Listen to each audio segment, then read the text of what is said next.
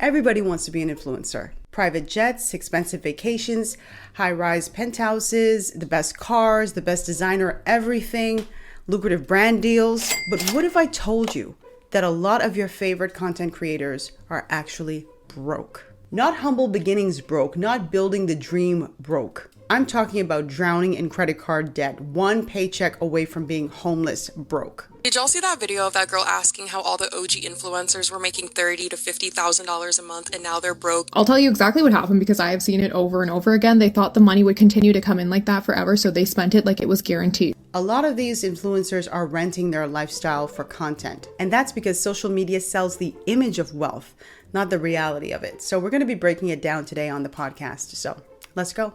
Love me or hate me, God knows you made it when he laid his eyes on me. I'm not a millionaire anymore, but I sure feel rich.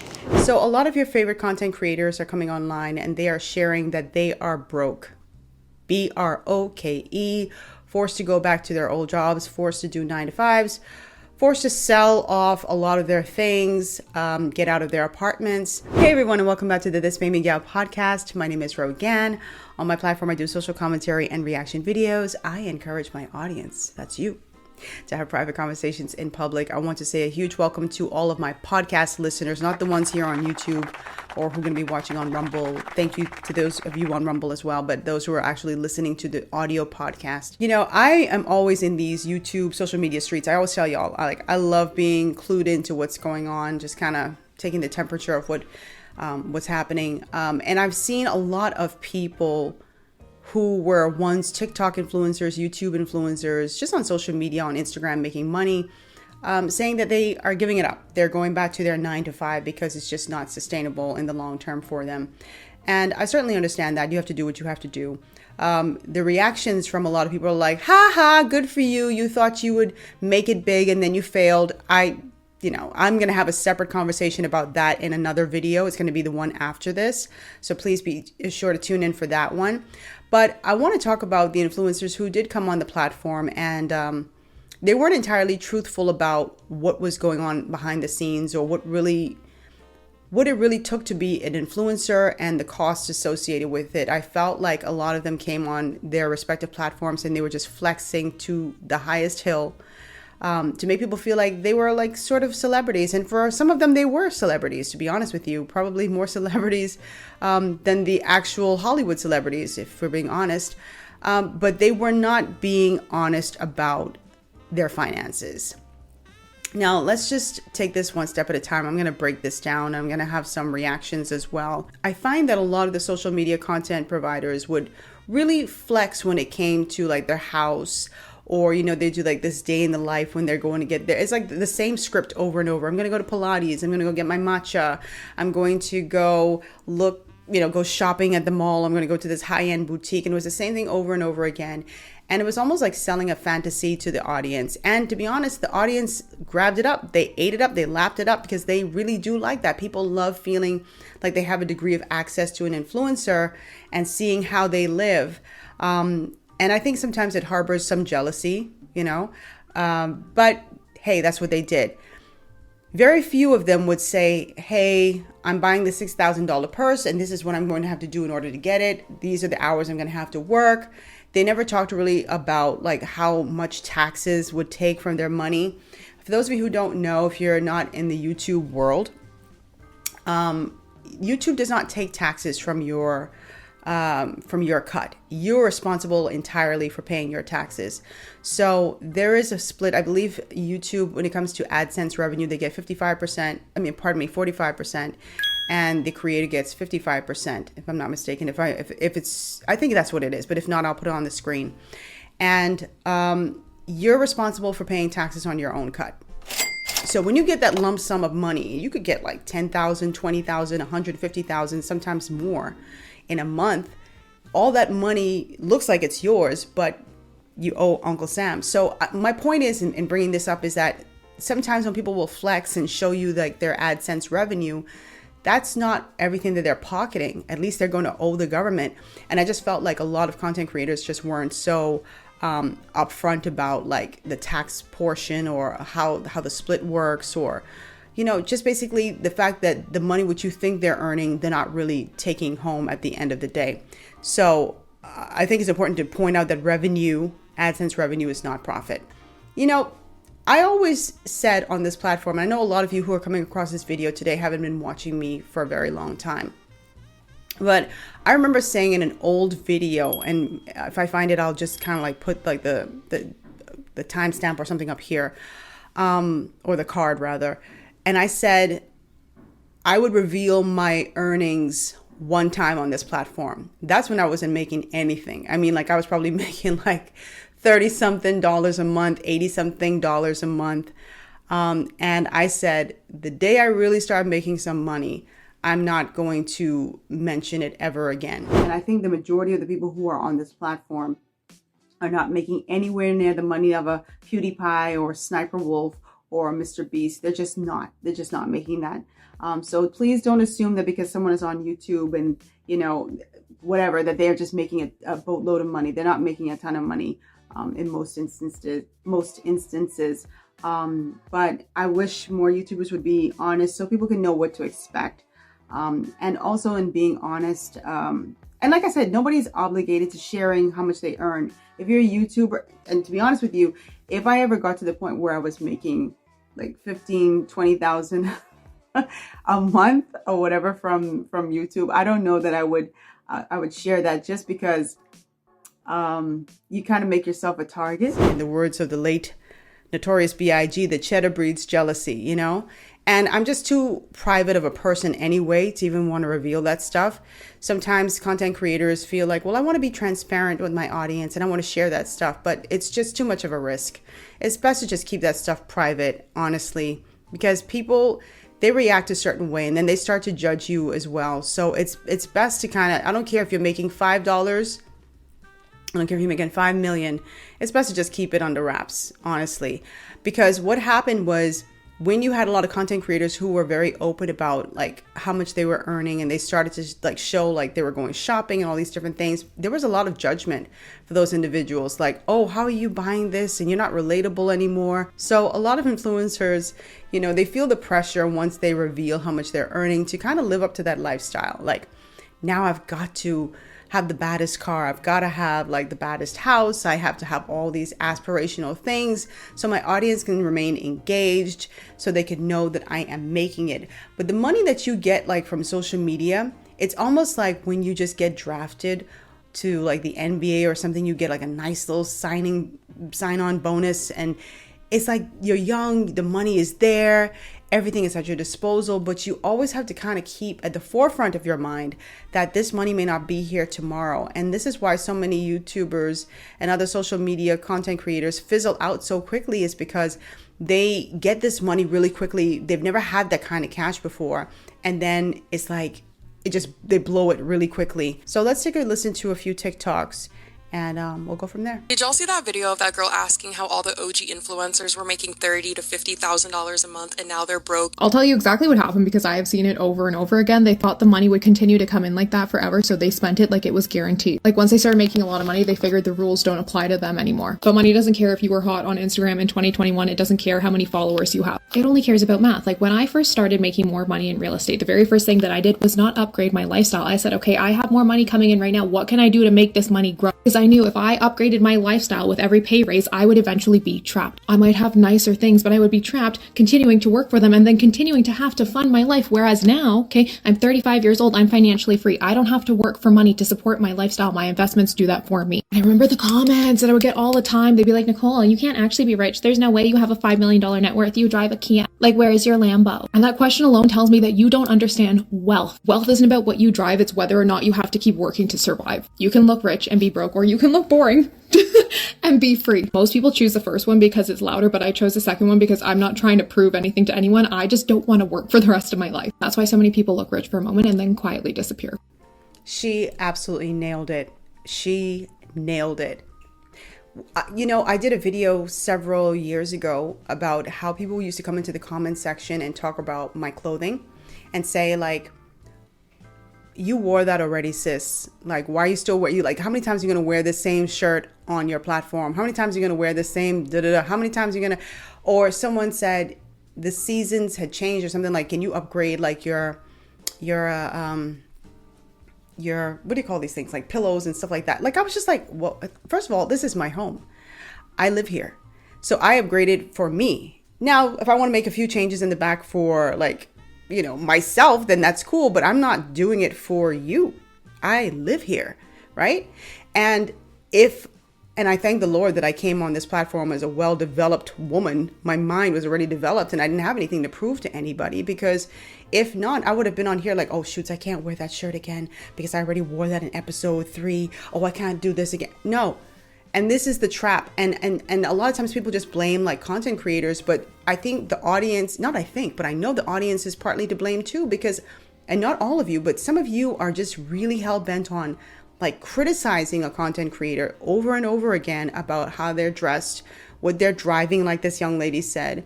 And it's just, it's insane to me. If you own your car or you have a car that's more modest and it's paid off, that's better than having to go and get a Lamborghini or some super expensive car that you can't afford just to flex in the moment.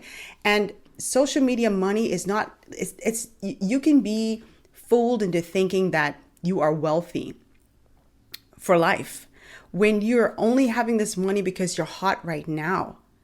You're hot in the moment.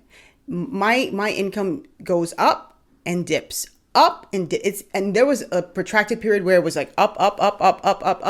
And even when it was up, I still was acting like it was down, because when you come from having no money, like I come from having no money, it's like a fair, you're going to go right back there. So it's like, you better hold off. I don't care what that bank account is saying right now. Hold off. Don't upgrade your lifestyle.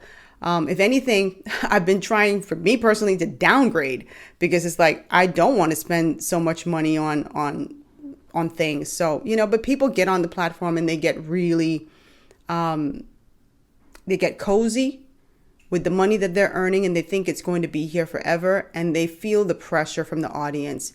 And I always say, if you're feeling so much pressure, you need to step away from the audience. Go live your life offline, because it really will put things in perspective.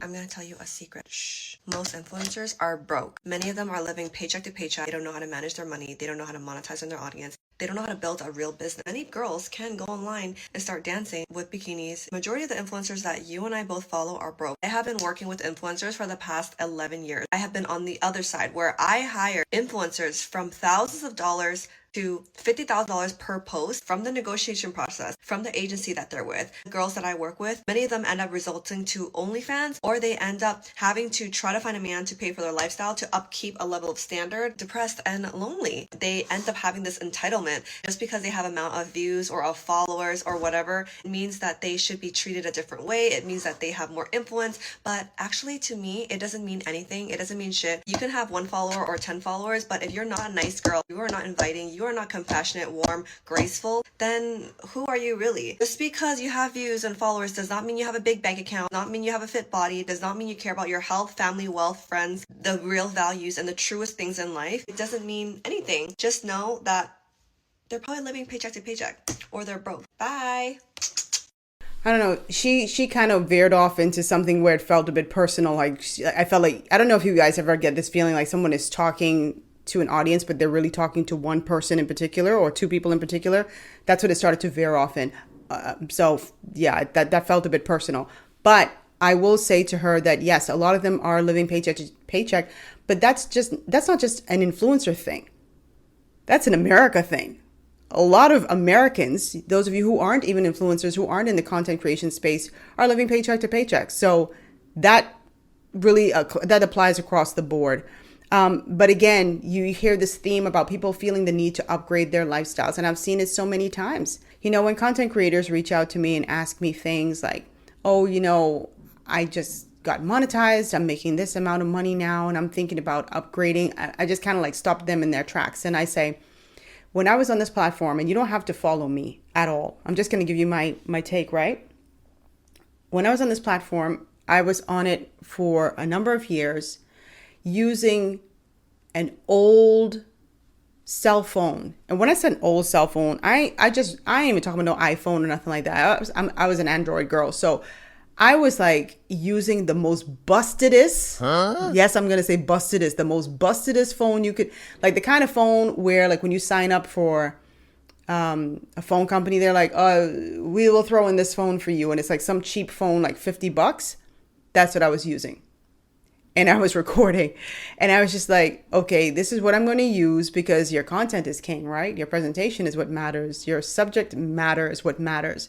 I wasn't in a rush to go and buy anything, and I just find that even people, once they start making money, there's nothing wrong with like trying to upgrade your equipment and stuff. But sometimes people just go like to the extreme. Like you started off with like some little busted phone camera and now you have to have like a $4,000 camera. That's not necessary. But, people listen or they don't listen. And step aside from the camera and that sort of thing. There are people who will be like, my space isn't that great. Where I live isn't so nice. So I'm thinking about getting a better apartment or a better house, upgrading so that at least when I'm on camera, it looks better. And I'm like, are you going to put yourself in more debt just to look better? What if you upgraded your apartment or your condo or whatever, and you do all of that and the views still don't come? Then you now have a bunch of money you have to pay for this upgraded lifestyle, and you don't have the money coming in from social media to counter that.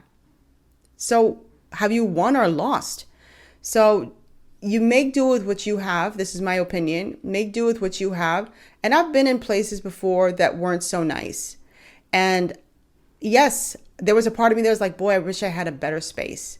But I was like, but this is a space I'm in and I'm comfortable financially. So I'm going to have to find a corner of this room, a corner of my apartment that looks really nice and just record there. So don't be in a rush to upgrade your lifestyle because the money goes up, it goes down, and sometimes it stays down. So you've got to be ready. I want to play this next TikTok from Anton Daniels. He is one of the bigger creators here on this platform, has multiple channels. He does really well. He's shown his AdSense to the audience many times, and he's making hundreds of thousands of dollars a month. And listen to what he says, because despite his earnings, he still says at the drop of a dime, he would go back into a regular job. And this is something a lot of people don't want to do, or they look at it as a failure. I don't look at that as a failure. I look at it as you doing what is necessary, because you could be like another content creator who I'll play after him, who just doesn't see the need to do that. And we'll see how that works out. But let's play Anton's comments. There's a lot of conversation about content creators going broke. There are a lot of content creators that's going broke, but I guess it's a little different for me because when you're raised in the inner city of Detroit and you don't really have anything, you kind of approach it a couple different ways. So for example, I just kind of look at it as points on the board. I don't have no pride when it comes to getting a regular job. People acting like just because they had a little bit of visibility or they was popping on the internet that they can't get a regular job.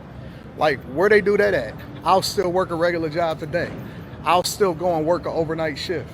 It really doesn't matter how much money that I have, because for me, again, it's all points on the board. I don't ever want to go broke, but at the same time, I'm not immune to going back to being a software engineer. I'm not immune to, going to get a regular job.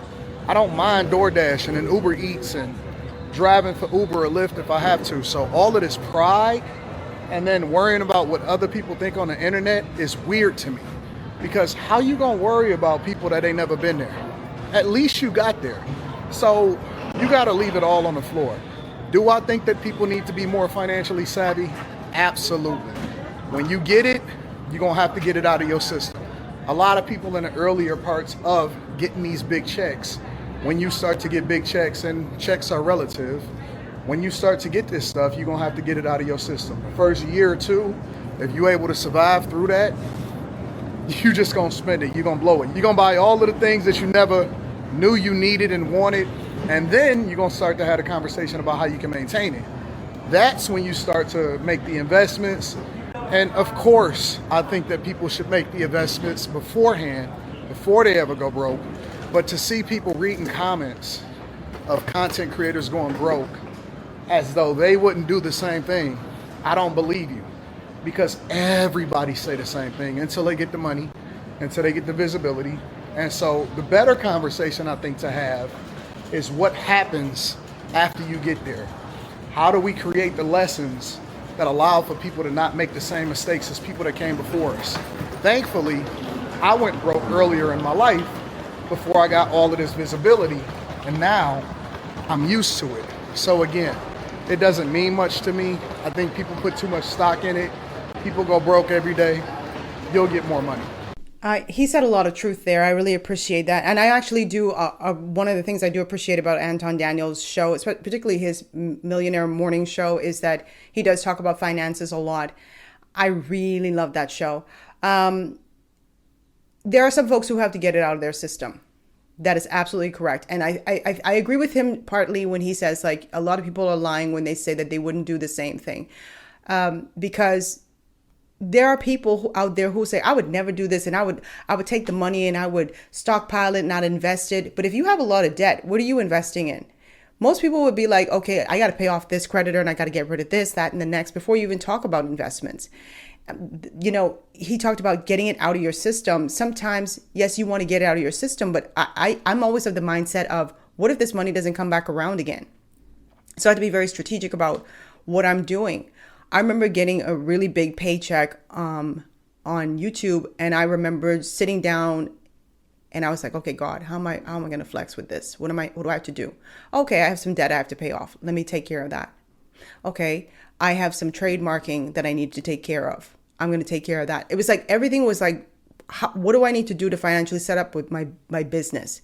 You know, so I took care of those things. And then because I have this, and it's not a good thing, a scarcity mindset, I'm like, oh, I don't want to have too much fun on this money. So what little thing can I do to make myself happy? And I'm not advocating for you to live like me. Don't do that. Sorry if you hear anything. They're doing some construction outside my home. But you don't have to live like me. Just be very mindful about how you move, because this is not a regular job. So the money comes, the money goes. But I thought he gave a lot of pearls of wisdom. Yes, some of you will have to kind of get it out your system, hustle hard, get some more money, and hopefully you learn the lesson. The reality is a lot of people don't. They don't learn the lesson. There is, or was, a content, I shouldn't say was, he's not dead, but there's a content creator by the name of Jason Nash. He was really big on Vine. I know a lot of you are like, Vine, what the hell is that, right? But Vine used to be so popular. Like, a lot of people really popped from Vine.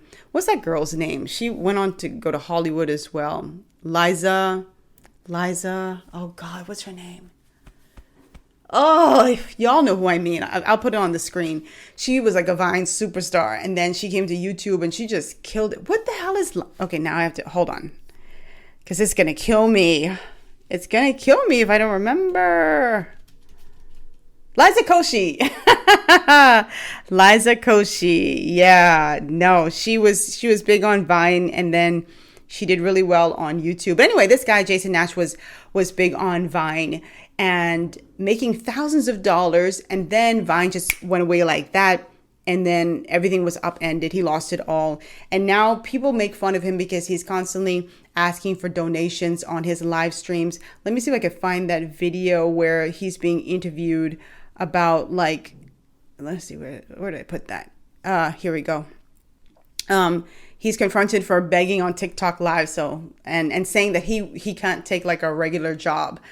And that's why I kind of like what Anton said, which is like, it's not beneath him to go back to corporate America. It's not beneath him to go and do an overnight shift. It's not beneath him to go and do, DoorDash and that sort of thing, because none of this should be beneath you, unless eating and surviving and paying your bills are beneath you. None of it should be beneath you. So let's just take a listen to what Jason Nash has to say when confronted. Right. Like, do you ever think about going to DoorDash? Or to like did you ever think about going back to like any other job, or was like, I can't do anything else? Or just like, I love, electrician, obviously you do lives with him. I don't know, I just never thought it's it's entertainment or nothing. I don't care what it is. Like, what would you suggest I do? It's just that get a job at Lululemon. I'm genuinely asking, because anytime. Why don't I get a real job? No. Your question? No. You know what? Not to be offensive or anything, but why don't you give up? No, that's Why not. don't you give up? That's really not. I'm genuinely asking because there's the comments I see. I know why you do it. Yeah. But like, say that it's okay. You know what? Just label it like that. Why don't you get a real job? I don't have any skills. Okay. See people. I don't. See, that's why. Someone said that the other day. Why don't you get into real estate? I'm like, I hate it. I don't have a real estate license. Bo Graney was his name. Do you have any interests outside of entertainment? No. I mean, look, I get it. You know, some people just love entertainment. I love it too. But again, how much do you love eating and surviving and taking care of yourself? That's the question. And there are some people who do have those thoughts that certain jobs are just beneath them. They're not going to go and work fast food. They're not going to go do retail. They're not going to do whatever. And I think it's kind of crazy. So they prefer to stay online and just ask people all day to give their money. And the people who they're asking, many of those people work retail. Many of those people work fast food. Many of those people work regular 9-to-5s in sort of in call centers and corporations and that sort of thing. And that's who you're asking. So you don't value what it is that they do, but you value the money that they earn from what it is that they do. And he said he doesn't have any other skills. To me, and this is another conversation, I feel like people who are making that kind of money should really be thinking about, how can I upgrade my skills while I'm in it? You know, I'm hot like fish grease right now. What do I do to make more money, not just make more money, but make myself more marketable, because I don't know when the bottom is going to fall out. I don't know when this is all going to end. Everybody's career doesn't like take off the way Liza Koshy's did, where it's like from Vine to YouTube, making tons of money and then going into Hollywood. That's a great trajectory, but it doesn't happen often. And you don't see Liza Koshy on movie after movie after movie either. You know, the entertainment industry is very fickle. I think like a lot of people just kind of, this is like the closest thing they can get to entertainment, some of them being in social media, and they just don't take care to realize that it could all be over tomorrow. And so they just go broke. I get on here complaining that how y'all have to go back working a 9-to-5 because you started balling and spending money like your ass is Dwayne Wade or some shit. Y'all start getting paid from these social medias, and then it's like everything just goes out the window and you just start feeling like you above everything as far as finances. Why, if you starting to get a $4,000 check, you think, oh, let me go get me a high rise in an expensive ass city that you probably paying close to that $4,000 check that you're getting or more, trying to keep up with the Joneses. I really don't understand that. Help me understand that. This girl just got on here talking about how she was making $60,000 from TikTok. I think that's a lot of damn money for each month. How do you blow that much money? And now you're talking about now you got to go back working a 9-to-5. Are y'all just dumb? Are y'all dumb? How hard is it to stay down until you can stack up some extra money? Like, and nobody's saying not to go, you know, get you a new car, say if you don't got no car. Or go get you a used car because your car that you got is not properly working. Nobody's saying not to do those things or to go and put yourself in a better living situation. But it's like y'all get this extra little bit of money and y'all think y'all just overly rich now. Like, and then when shit starts slowing down, y'all looking like, who the f*** done did it? You did it. You did it. I say all that to say, y'all get on here and be fumbling hella bags. Hella bags. And it be pissing me off because certain opportunities was given to the right people. Ain't fumbling that. They not. But y'all, especially in this economy, I don't know what the hell y'all be thinking. I did another video last year where I talked about like people flexing online, you know, with Instagram, and they're basically renting a lot of their lifestyle. So many of them will go into Airbnbs and front like it's their home. You know, it's one thing if you're using it as a set, because it's like, I know you have different types of podcasts, and so people don't want folks in their home. I certainly understand that. I would do the same thing too, to be honest with you. I'd be like, nah, if I want to interview somebody and it's not somebody who I know personally, I'm going to have to take you somewhere else. So yes, of course, go to an Airbnb, but they're not positioning it like that. They are positioning it like, this is where I live, this is where I stay, and or in a mansion, spending like thousands of dollars to rent out a mansion to do content. And the people at home are watching this thinking, wow, I wish my lifestyle were like that. No, you don't, because that's not even a real lifestyle for them. A lot of them are renting everything from their cars. Some of them, when they go places, they can't even just go in regular Ubers because that's embarrassing for somebody with a big name to show up in like a regular Uber. So they're getting like, what is it called? Uber XL or Uber Black or whatever, so that they're in a higher class car getting dropped off to a venue. So it's just insane. Another thing that people have to understand is the revenue versus the reality. And I highlighted this earlier on when I talked about like the AdSense revenue, right? And the cut. TikTok is a little bit more opaque. So, and that's not my expertise over at TikTok. I don't know much about them other than I see a lot of content creators who are talking about making buku dollars and then just all of a sudden like making just like pennies on the dollar, not making a lot of money. I think that their profit sharing is a little bit, well, way more opaque than YouTube is. YouTube is like really at the forefront to me when it comes to like telling you what you get and what the split is. But you have to consider that you're having to split your money with the platform. You are a 1099 contractor, really. So with your 1099 taxes, your taxes aren't coming out. So you're responsible 100% for paying your taxes, federal and state. If you don't want to deal with your taxes and all that stuff, then you have an accounting firm. And so they have to get their monthly cut. I've been there. If you have employees working for you, then you have to make sure that you're paying their taxes as well. You have to pay them. Depending on the size of your business, you might have benefits, that sort of thing. It's a cost to it. I'm a small business owner. I get taxed so heavily sometimes. I'm like, this makes no sense. I should have just stayed a sole proprietor. It's so many taxes, really and truly. It's so many taxes you have to account for. And the sponsorship structure, sometimes people think, well, I don't have to rely so heavily on AdSense. I'll just deal with the sponsorship. But sponsors, they come and they go. They may do one-off brand deals with you. They might do a multiple and then they're gone. So you cannot rely on that either. If you are one of those who are fortunate, to have them back to back, wonderful. And sometimes the sponsorships, at least let me speak for myself. Sometimes you have sponsors that will pay you a lot of money, but it's not aligned with like what it is that you do. And then you risk isolating your audience if you take that brand deal. And some people, because they're so hard up for money, they will do that because it's like, I just need the money. I just need the money. And then they isolate their audience. Like, why would you do that brand deal? Or I'm not feeling that sort of thing. Oh, that's a story for another day. Controversial opinion, but I think that most influencers are going to end up going broke. And I'm going to explain to you why I know this. I'm saying most, not all. Just keep that in mind. It's pretty comparable to being an athlete, a famous athlete. Just keep that in mind while I'm speaking. Because we have real stats from athletes. We don't have as many stats from influencers. I went to an event 7 years ago, and this lives just rent-free in my mind. It was hosted by a popular Instagrammer called The Fat Jewish. And if you don't know who that is, then I think it just kind of further proves the point. And at this event, he explained that what happens to famous people is one of two things. Either your platform is fleeting, so think like eventually in sports, like you retire or you might get an injury, but like think of for influencers like Vine, that what happened to Vine, or TikTok potentially getting banned in the US. The other thing is that you might be fleeting. Hey, you might get canceled.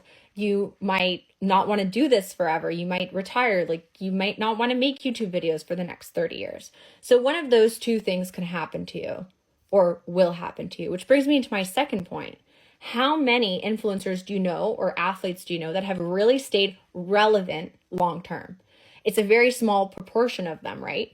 If you think of someone like in athletics that's still famous, they're probably doing something to keep themselves relevant. Like if we think of Shaq went and did like 1 billion different things to stay relevant. But that's not every athlete that you can think of. That's not every person that's ever been on a sports team. It's a very small number. And that's why I say I think most influencers will go broke. It ties into my third point.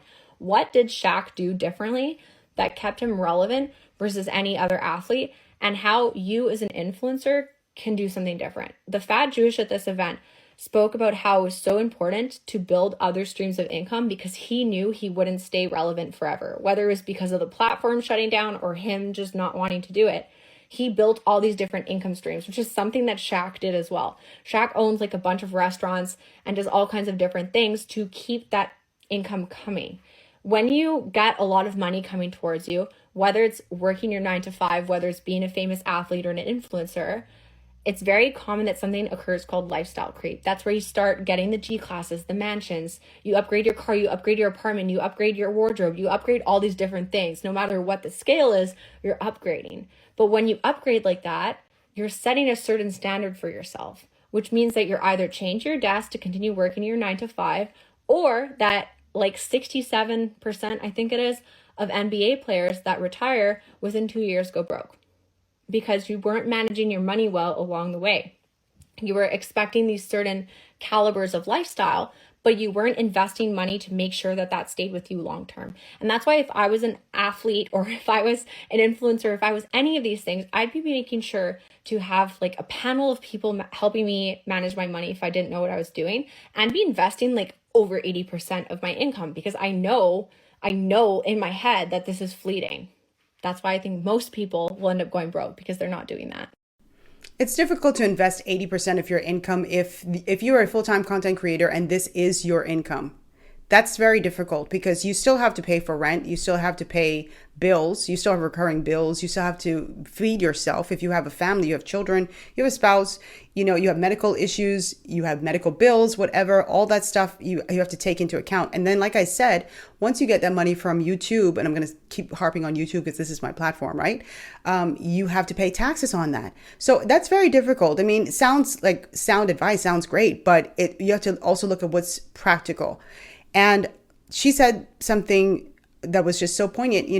I remember being on this platform like super early, like when I had like 2,000 subscribers. And I used to look at so many other content creators whom I love. Some of them have passed away. Some of them have died. And I remember just looking and they had like 150, 180,000 subscribers, 200,000 subscribers.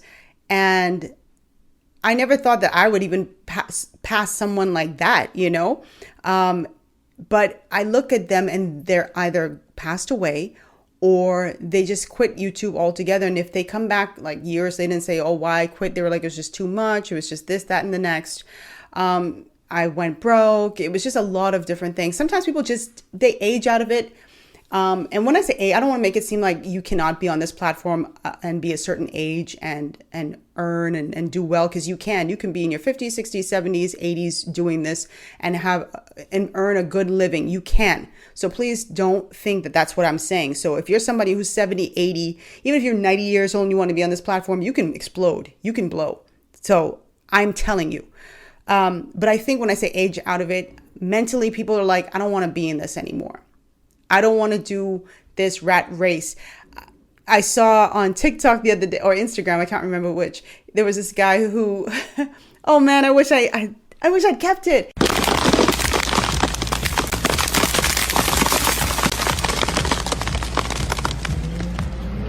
And I just cracked up laughing. I was like, that is so relatable, because I think as content creators, we all know how difficult it is to sit here and do so much work and then nobody really watches, But some people just get tired of it. They don't want to be on YouTube forever. I haven't decided what I want to do. I know what I want to do long term, but as far as YouTube, I'm still enjoying it. And so as long as I'm enjoying it, I'll continue doing it. And if I find something else to focus on, I'll do that. But, I think what she said was important. Using Shaq as a reference point was really brilliant, because he really has shown how wonderful he is at diversifying his income and doing different things. We've seen Shaq on commercials, in movies, doing voiceover work, he does it all, he has restaurants, and I love that, because a lot of athletes, they fizzle out. You know them because you're like, oh, they were a legend, but then you're like, where are they? What are they doing? So he learned early, and to Anton's point, he said something like, sometimes you have to get it out of your system.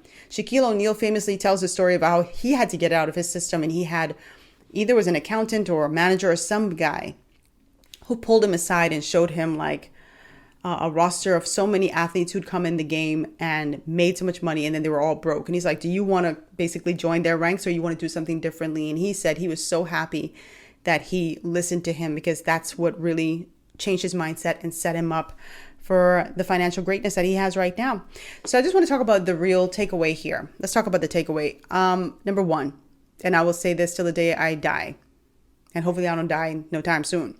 But for those of you who are watching content creators and you feel a level of insecurity because you say they have it made in the shade, like they have a nice home, nice clothes, nice this, nice that, and I don't have that, please stop. Everyone is not leveraged. Everyone is not like broke. That's let me start with that. They're not. But you do have a good number of them who are, they're not doing well financially. They're just presenting this image that they are, you know, quickly upgrading their lifestyle. And then, you know, subscribers don't mean anything. And what I mean is when it comes to finances, those are vanity metrics. When you get to say, I have 1 million followers, 1 million subscribers, that sort of thing. But when advertisers are placing ads, they want to know what your view time looks like. Are people watching? What does your engagement look like? Are people highly engaged with this person? Do they move when the content creator says something, when they say, check out the sponsor, this, that, and the next, are they acting on it? Those things are very valuable. So please don't compare yourself to those people who are on Instagram or YouTube or TikTok or anything like that, because you don't know people's journey. And I don't want to make it seem like every single person, again, is broke, or every single person is not managing their money well, or every single person is faking, because there are people who genuinely do have it like that and they're good with their money. So, you know, just don't compare yourself. And then also, revenue does not equal wealth. You know, if I can, let me use myself as an example. There are times when I have to step away because I want to spend time with my family. I want to spend time with my friends. I want to be by myself. And I love YouTube and I love my platform, but there are times I'm just like, I need a break. And I always say to you guys, no one gives you permission to take a break on YouTube. You have to say, I'm taking vacation. I'm going to go do what I want to do, go travel, spend time with my family, do whatever. That's on me. If I do that, my earnings take a dip. My views take a dip. Now, I've been fortunate that I have several hundred videos that people, they even watch my old stuff, which always blows my mind because it wasn't as refined as it is now, but they still watch my old stuff. And I'm very appreciative of that. But if I went away for 2-3 months, I probably would be demonetized. I'd lose my monetization because I wouldn't have enough views, right? And when you are truly wealthy, you don't have to be an active participant in your wealth. This is how I look at it. You have things that are passively making you money. If I have to constantly stand in the front of my camera or sit in the front of my camera and churn, then that is not wealth to me. You can view it differently. I'm just saying for me, if I have to constantly work, then it's not real wealth to me. Wealth is I want to go on vacation, my family for like 5 months, 6 months, a year, and the money's still coming in. That to me is wealth. So revenue is cool, but wealth is better. And then also, when you're watching these reels and stuff, please, and it goes right back to what I said, don't compare yourself, but please, I have to say it again because it warrants me repeating it. Please do not look at your spouse, your house, your kids, your bank account and say it's inadequate. My clothes aren't good enough. A lot of these content creators, I know it because I see it. I watch. They buy stuff. They leave the tags on. They showcase it. It's kind of smart, to be honest, you know, but they showcase it and then they're like, back to the store. And you don't see them taking it back to the store. You just go, influencer ABC has this. They got a lot of, commentary and a lot of comments and reactions from people. They loved it. So I'm going to go and buy that. And then you go and you spend a bunch of money on things that really, they're not worth it. They're worth what you're willing to, they are worth what you are willing to pay for it. I always, you remember that time when Trump had imposed those tariffs on China and the Chinese manufacturers were going like ballistic and they were like, oh, all these bags are just spending $10,000-$20,000 for. We make that for like $100. If that wasn't a wake-up call for some of you to say, why am I spending all this money on this? You got to kind of step into your cheap era. Your your frugal era. Let me say that, because cheap, I don't want you to buy trash, but step into your frugal era, and stop chasing clout, because clout don't pay the bills. Anyway, I hope that you all enjoyed this episode. Give this video a big thumbs up. Turn on your notification bell. A lot of you watch, but you say, I didn't know you dropped a video. Well, you have to turn on your notification bell so that it alerts you when I drop a video. And drop your comments down below. I would love to hear from you all, particularly those who are influencers who may have given it a shot and then went back to, your normal job. There's, again, nothing wrong with that. Please don't, but this is the final thing I'm going to say, right? There are some of you who, when you're at the top of the mountain, love to talk badly about people who are still trying to come up. You talk trash about where they work, how they dress, what they drive, all that stuff. You have to be very careful with that little tongue. I always tell you guys, because you might have to be in that same position in a year or two. You just don't know. And then you get upset when people say things about like your lifestyle being downgraded and that sort of. Don't do that to people. At the end of the day, the goal is to pay your taxes, earn your money, take care of yourself, take care of your family. Just get out of here in one piece. Okay? So don't demean anybody. Don't look down on them, because you don't know if you might have to go right back to doing that very thing that you're criticizing. So again, drop your comments down below. Thank you so much to Christopher. You know who you are. Really appreciate you for always tuning in to my content, my audio podcast. I really appreciate you. Big shout out to all of my channel members. Of course, Garnett Brown. Thank you so much, Garnett, for your support. One of my most supportive members. I really appreciate you. I love you. So I will see you guys in the next episode. Toodles. Oh, shameless plug, because I'm also a writer. If you're trying to start YouTube, grow your channel, or survive being a content creator without losing your mind, I've got a blog that breaks all of that down. It's about strategy, yes, but it's also about that stuff that content creators don't really like talking about. Burnout, inconsistency, algorithm anxiety, bad advice, and why half of the growth hacks that you see online are nonsense. Look, I'm not promising overnight success or secret tricks, because I wasn't an overnight success and I didn't have any secret tricks. But what my blog does offer is practical, honest advice from a content creator who's actually doing this and has made a ton of mistakes along the way, so you don't have to. If you're building a channel, starting a new one, or questioning all of your life choices because of the analytics, then I've got you. And this blog's for you. So head to thisbabygal.com. The link will be on the screen and tagged down below. Read responsibly.